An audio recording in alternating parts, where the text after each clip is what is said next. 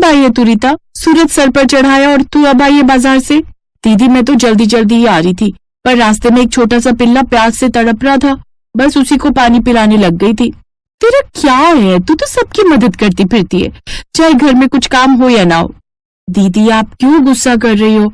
माँ कहती थी कि जो इंसान किसी के बुरे वक्त में काम आता है वही असली इंसान कहलाता है। माँ अब इस दुनिया में नहीं रह रही था और माँ की कही बात का इस मतलबी दुनिया में कोई फायदा नहीं। यहाँ सब मतलबी हैं। ये कहानी है सूरजपुर नाम के एक गांव की, जिसमें किराए के मकान में 2 अनाथ बहनें रहती थीं। उनके माता पिता कुछ दिन पहले महामारी की वजह से चल बसे थे। एक दिन दोनों बहनें आपस में बातें कर रही थीं। दीदी आपको याद है, माँ कहती थी कि अपना दिल हमेशा बड़ा रखो, ये दुनिया अपने आप छोटी होती जाएगी। तो इतना भरोसा कैसे करती है लोगों पर? दीदी हर इंसान बुरा नहीं होता है, गांव में और भी कुछ लोग हैं जो हमारी मदद करते हैं। कल ही तो विकास अंकल ने कहा था कि तुम दोनों बहनों को खेत में कुछ काम मिल सकता है। वैसे मुझे लगता नहीं है विकास अंकल काम देंगे हमें, पर तू कह रही है तो चलकर देख लेते हैं एक बार। अगले दिन दोनों बहनें खेतों पर काम के लिए चली जाती हैं और उनको खेत में सब्जी तोड़ने का काम मिल जाता है, जिससे उनकी थोड़ी बहुत आमदनी हो जाती है। ऐसे ही एक दिन गीता कमाए हुए पैसों को गिन रही थी। रीता हमारी 2000 रुपए की कमाई हुई है, इतने में तो घर का खर्च चल जाएगा। पर दीदी इतने में हमारा काम नहीं चलेगा, माँ ने जो घर में सामान भरा था वो जल्दी ही खत्म हो जाएगा और फिर कमरे का किराया भी तो देना है, इसलिए हमें और मेहनत करनी पड़ेगी। रीता और गीता बात कर ही रही थी कि तभी उनके दरवाजे पर कोई आता है। दीदी इस टाइम कौन आया होगा? मैं देख कर आती हूँ। गीता जैसे दरवाजा खोलती है तो वो देखती है कि दरवाजे पर मकान मालिक खड़ा हुआ था। देखो तुम्हारे बाबूजी ने 4 महीने से किराया नहीं दिया है और कल तो 5वां महीना हो जाएगा, इसलिए या तो कल कमरा खाली कर देना, नहीं तो मुझे मेरा किराया दे देना। अंकल आपको तो पता ही है हम अनाथ हो गए, इतनी बड़ी रकम हम कहाँ से लाकर देंगे आपको? हमें घर से मत निकालना। माँ बाबूजी का तो साया सर से चला ही गया, अब सर पर से इस छत का साया मत छीनिए। थोड़ा समय और दे दो अंकल, हम आपके किराए के पैसे दे देंगे। तो ठीक है, आज से ही शुरुआत कर दो मेरे पैसे देने की। और मकान मालिक गीता के हाथों से पैसे छीन लेता है और कुछ दिन बाद उन दोनों बहनों ने जो पैसे कमाए थे, मकान मालिक उनको भी आकर उन दोनों बहनों से छीन लेता है। दीदी इस तरीके से तो हमारे पास एक पैसा नहीं छोड़ेगा ये मकान मालिक, और अब तो हमारे पास कुछ खाने के लिए भी पैसे नहीं बचे हैं। कोई नहीं रीता, कल सुबह हम दोनों अपना जरूरी सामान लेकर यहाँ से कहीं दूर चले जाएंगे और कभी लौट कर नहीं आएंगे, जिससे मकान मालिक हमको वहां आकर परेशान भी नहीं करेगा। पर दीदी हम जाएंगे कहाँ, वो कल ही पता चलेगा। अभी हम जल्दी खाना खाकर सो जाते हैं, क्योंकि हमें सुबह ट्रेन से जल्दी निकलना होगा। गीता जल्दी से खाना बनाती है और फिर वो दोनों बहनें जल्दी से खाना खाकर सो जाती हैं।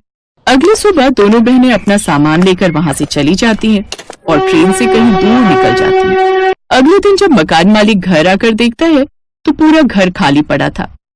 चालाक लड़कियों, यहाँ से घर खाली करके चली गई ताकि मुझे किराया ना देना पड़े। मैं तुम्हें छोड़ूंगा नहीं। फिर अगले दिन दोनों बहनें ट्रेन से उतरकर एक नए शहर आ जाती हैं। दीदी ये कौन सी जगह है? ये तो मुझे भी नहीं पता रीता, ये कौन सी जगह है, पर मुझे इतना पता है हम अच्छी जगह आए हैं। दीदी कुछ खिला दो ना, बहुत तेज भूख लग रही है। थोड़ी देर बाद दोनों बहनें पास की दुकान से कुछ खरीद कर खा लेती हैं और वहीं रात को कोई कमरा ना मिलने पर रेलवे स्टेशन पर ही सो जाती हैं। थोड़ी देर बाद वहां पर एक पुलिस वाला आता है और उनको डंडे मारकर वहां से उठाने लगता है। कौन है तुम दोनों?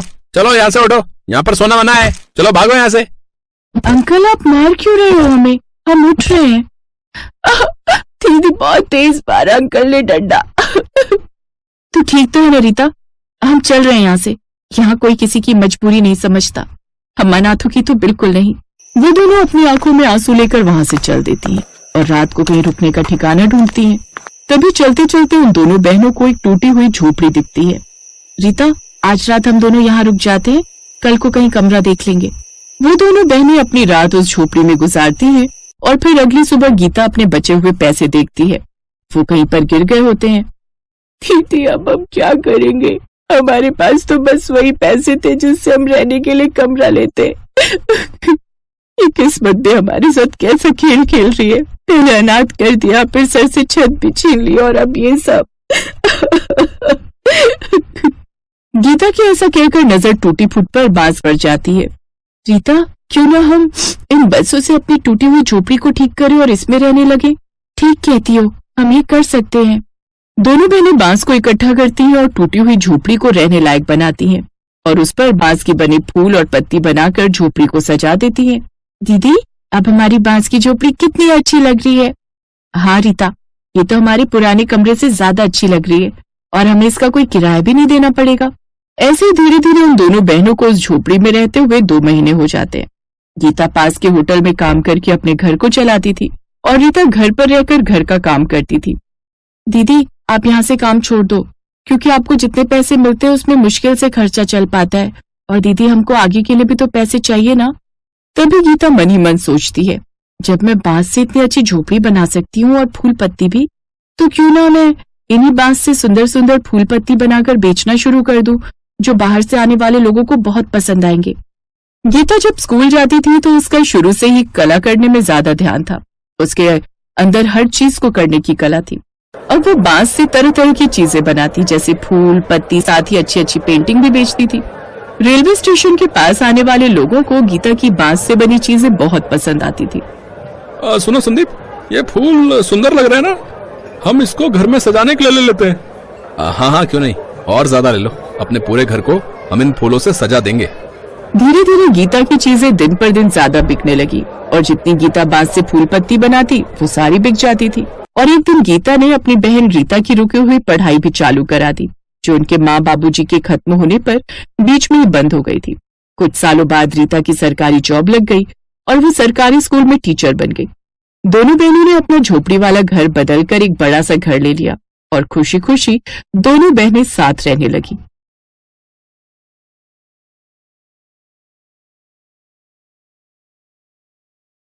मानसी एक 8 साल की छोटी बच्ची, जिसके मम्मी पापा दोनों नहीं थे। वो अपने चाचा चाची के साथ रहती थी। मानसी, ओ मानसी, अभी तक तेरे से झाड़ू नहीं लगी और देख बारिश हो रही है, जाकर छत से सारे कपड़े भी उतार कर ला। अभी लाती हूँ चाची, बारिश बहुत तेज हो रही है, क्या करूँ, जल्दी जल्दी कपड़े उतार लेती हूँ, नहीं तो चाची फिर मारेंगी। दीपा बिटिया, ये ले तेरा दूध, वो भी बादाम वाला, गरम गरम पी ले, बारिश का मौसम है। चाची, कपड़े उतार कर रख दिए हैं, मुझे भूख लगी है, कुछ खा लूं? पहले बाजार जाकर ये सामान लाला की दुकान से लेकर आ, फिर कुछ खाना। चाची, बारिश बहुत तेज हो रही है, कुछ देर बाद चली जाऊं? बारिश इतनी तेज भी नहीं है जो तू बह जाएगी, चुपचाप लेकर आ सामान। मानसी तेज बारिश में सामान खरीदने चली जाती है और बुरी तरह भीग जाती है। ये क्या, पूरी चीनी बारिश में भिगो दी, अब तू नहीं बचेगी मेरे हाथों से। सुधा मानसी को थप्पड़ पर थप्पड़ मार रही थी। आंखों की अंधी, तुझे दिखाई नहीं दिया क्या चीनी भीग गई है? आज तुझे खाने को कुछ नहीं मिलेगा, रह भूखी। अरे अरे सुधा, इतना क्यों मार रही हो, पागल हो क्या? छोड़ो इसे, चीनी ही तो भीगी है और आ जाएगी। तुम चुप रहो, पैसे पेड़ पर नहीं लटक रहे जो ये चीजों का नुकसान कर देती है। चल बाहर बारिश में भीग, यही तेरी सजा है। सुधा मानसी को घर के बाहर बारिश में भीगने के लिए खड़ा कर देती है। बहुत बहुत ठंड लग रही है चाची, मुझे अंदर आने दो ना। अब ऐसी गलती दोबारा नहीं करोगी। सुधा बच्ची है, अंदर आने दो, नहीं करेगी दोबारा। एक काम करो, तुम इसे घर के अंदर ले आओ, मैं घर छोड़कर दीपा को लेकर मायके चली जाती हूँ। किशोर चुप होकर कमरे में चला जाता है। तकरीबन 1 घंटे बाद, दीपा, जा बोल दे मानसी को अंदर आकर बर्तन करेगी, सारे बर्तन जूठे पड़े हैं। मानसी, मम्मी बोल रही है अंदर आकर बर्तन धो ले। मानसी भीगे हुए कपड़ों में बर्तन धोने लगती है। भूखी प्यासी मानसी घर का सारा काम करती है। सुधा मानसी पर बहुत अत्याचार करती थी। एक दिन, हाँ भैया, मेरे पति काम से बाहर जा रहे हैं, पीछे से ये काम हो जाना चाहिए। ठीक है, मैं समय पर पहुंच जाऊंगा। किशोर किसी काम से शहर से बाहर चला जाता है। मानसी बेटा, चल तुझे बाजार से नई चप्पल दिला लाऊं, टूटी हुई चप्पल में घूम रही है। चाची, मेरे लिए नई चप्पल? ठीक है, मैं चलती हूँ। सुधा मानसी और दीपा के साथ बाजार जाती है। मानसी, तू यहाँ बैठकर चप्पल देख। भैया, दिखाना जरा चप्पल। मानसी, मैं जरा दीपा को सामने की दुकान से पानी की बोतल दिलाकर आती हूँ। सुधा मानसी को चप्पल की दुकान पर छोड़ जाती है। दुकानदार दूसरे ग्राहकों में व्यस्त हो जाता है। तभी, बेटा, आपका नाम मानसी है ना? आपकी चाची ने मुझे भेजा है। उन्हें घर जाना पड़ा। वो मुझे तुम्हें घर छोड़ने को बोल गई हैं। आओ तुम्हें घर छोड़ देता हूँ। हैं? अंकल, ये तो मेरे घर का रास्ता नहीं है, आप मुझे कहाँ ले जा रहे हो? ये रास्ता भी घर की ओर ही जाता है। जहाँ से ले जा रहा हूँ चुपचाप चल। मानसी व्यक्ति के हाथ पर काट कर हाथ छुड़ाकर भागती है। ए, रुक जरा। भागती कहाँ है? ए! व्यक्ति मानसी का पीछा करता है। मानसी रोती हुई तेजी से भागती है। भागते भागते अचानक, आंटी, वो अंकल मेरे पीछे पड़े हैं, मुझे अपने साथ ले जा रहे हैं आंटी। डरो नहीं बेटा। अरे अब क्या करूं? ये लड़की तो गायब हो गई। मैडम, वो लड़की तो हाथ छुड़ा कर भाग गई। कैसी लड़की को पकड़ने के लिए तुमने बोला? मेरे पैसे वापस करो, जितने भी मैंने तुम्हें दिए हैं। लड़की को तुम संभाल नहीं सके, इसमें मेरी क्या गलती है? कोई पैसे वापस नहीं मिलेंगे। सुधा ने मानसी को उस व्यक्ति को बेच दिया था और उसके बदले 5 लाख रुपए लिए थे। उधर मानसी जिस महिला से टकराती है उनका नाम कौशल्या देवी था। मानसी डरी हुई थी तो वो उसे अपने साथ ले आई। आओ बेटा अंदर आओ, डरो नहीं। माला, गुड़िया के लिए पानी लेकर आओ और कुछ खाने को भी।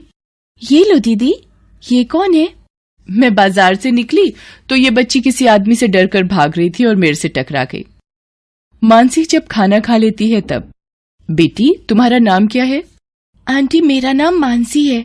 मेरी चाची मुझे बाजार में अकेला छोड़कर चली गई और उन गंदे अंकल ने बोला कि वो मुझे घर छोड़ देंगे, पर वो अंकल मुझे कहीं और ले जाने लगे थे।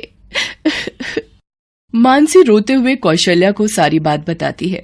तुम यहाँ पर बिल्कुल मत घबराओ मानसी, अब तुम यहीं रहो, यहाँ तुम्हें डरने की कोई जरूरत नहीं।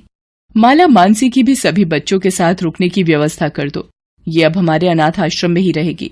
कौशल्या एक छोटा सा अनाथ आश्रम चलाती थी और मजबूर बच्चों की सहायता करती थी। उधर जब किशोर वापस आता है तो वो घर पर मानसी को नहीं पाता। किशोर सुधा से पूछता है, सुधा, मानसी दिखाई नहीं दे रही, कहाँ गई है? यहीं कहीं होगी। किशोर कमरे में चला जाता है, तभी सुधा को व्यक्ति का फोन आता है। दूसरे फोन पर किशोर दोनों के बीच की सारी बात सुन लेता है। शायद तुम जानती नहीं हो, कल्लू से पूरे एरिया में नाम से ही लोग डर जाते हैं। मुझ जैसे गुंडे से पंगा लिया है तुमने। देखो कल्लू, धीरे बोलो, मेरे पति वापस आ गए हैं। वो तुम्हारी आवाज सुनेंगे तो हम दोनों जेल में जाएंगे। मानसी के गायब होने का पता अगर किशोर को चल गया तो हम दोनों की खैर नहीं। मुझे कुछ नहीं सुनना, मेरे 5 लाख रुपए दो और मेरा हिसाब करो। ठीक है, मैं पैसे दे दूंगी, थोड़ा वक्त दो। सुधा फोन रख देती है। तभी, क्या तुमने मानसी को गुंडे के हाथ बेच दिया? सुधा, तुमने कितनी नीच हरकत की है। बेचारी बिन माँ बाप की अनाथ बच्ची को तुमने बेच दिया। सुधा, तुम एक औरत और एक माँ कहलाने के लायक नहीं हो। कहाँ रहता है वो गुंडा? मेरे साथ चलो, अभी बताओ उसका पता। किशोर सुधा को थप्पड़ मारता है और कल्लू गुंडे के घर पहुंचता है।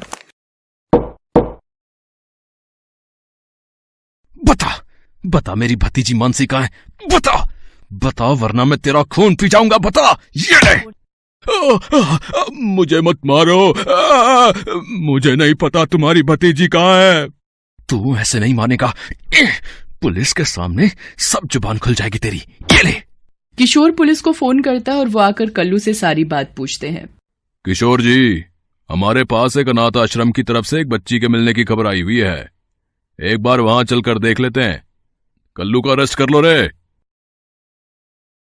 नमस्ते कौशल्या देवी जी, वो आपने जो बच्ची के मिलने की खबर दी थी। जी इंस्पेक्टर साहब, मैं अभी बुलाती हूँ। माला, मानसी को ले आओ। चाचा जी। मानसी मेरी बच्ची, मुझे माफ कर दे। तेरी ये हालत मेरी वजह से हुई है। आपको पता भी है मानसी को इन्होंने एक गुंडे के हाथ बेच दिया। आपने एक माँ होकर मासूम बच्ची को किसी गलत हाथ में सिर्फ पैसों के लिए बेच दिया, सिर्फ इसलिए क्योंकि मानसी अनाथ है, इसके माता पिता नहीं है। इंस्पेक्टर साहब, आप सुधा को गिरफ्तार कर लीजिए। किशोर, मुझे माफ कर दो, मेरे से गलती हो गई। चाचा जी, चाची जी को जेल मत भेजो, इन्हें माफ कर दो चाचा जी। देखो सुधा, अपनी आंखें खोल कर देखो, ये बच्ची अभी भी तुम्हारे बारे में सोच रही है। कौशल्या जी, अगर आज आप ना होती तो मानसी का क्या होता? कौशल्या जी, आपका बहुत बहुत धन्यवाद। किशोर जी, अनाथ बच्चों की सहायता के लिए मैं सदा तैयार हूँ, इसलिए ही इस अनाथ आश्रम में हर मजबूर बच्चे को सहायता मिलती है। मानसी बिटिया, अपने चाचा के साथ घर जाओ। किशोर जी, मानसी आपकी जिम्मेदारी है, इसका ध्यान रखिएगा। मानसी, मुझे माफ कर दो बिटिया, मैं अब कभी तुम्हें माँ की कमी महसूस नहीं होने दूंगी। मानसी खुशी खुशी अपने चाचा चाची के साथ घर चली जाती है। कौशल्या देवी की वजह से आज मानसी सही सलामत अपने घर वापस पहुंच गई थी। Best buddies. Hello friends, thanks for watching this video. अगर आपको ये वीडियो पसंद आया है तो प्लीज लाइक, सब्सक्राइब, कमेंट्स करें इस वीडियो पर, और हाँ, शेयर करना भी ना भूलें। और भी मजेदार वीडियो देखने के लिए नीचे दिए गए बेल आइकॉन को दबाएं। देखते रहिए best buddies. Best buddies. Hello friends, thanks for watching this video. अगर आपको ये वीडियो पसंद आया है तो प्लीज लाइक, सब्सक्राइब, कमेंट्स करें इस वीडियो पर, और हाँ, शेयर करना भी ना भूलें। और भी मजेदार वीडियो देखने के लिए नीचे दिए गए बेल आइकॉन को दबाएं। देखते रहिए बेस्ट बडीज।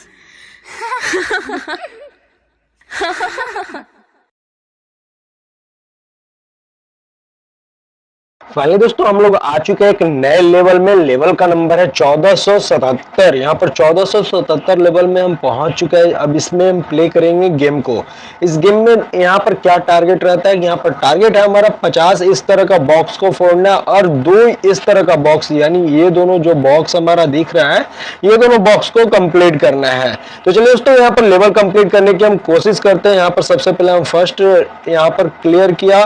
अब यहाँ पर कोई और पॉइंट बनने लायक है तो उसे हम बनाएंगे, नहीं तो हम इसको फोड़ेंगे, खत्म करेंगे। यहाँ पर ये तो हुआ, कुछ और बनने लायक है। ये एक हुआ, ये एक होगा, और कुछ मात्र 10 मूव बचे हुए हैं और हमें ये कंप्लीट करना है। इसी वजह से हम इसको ऐसे ख़त्म करेंगे, जिस तरह से ख़त्म हो, ख़त्म करना है हमें।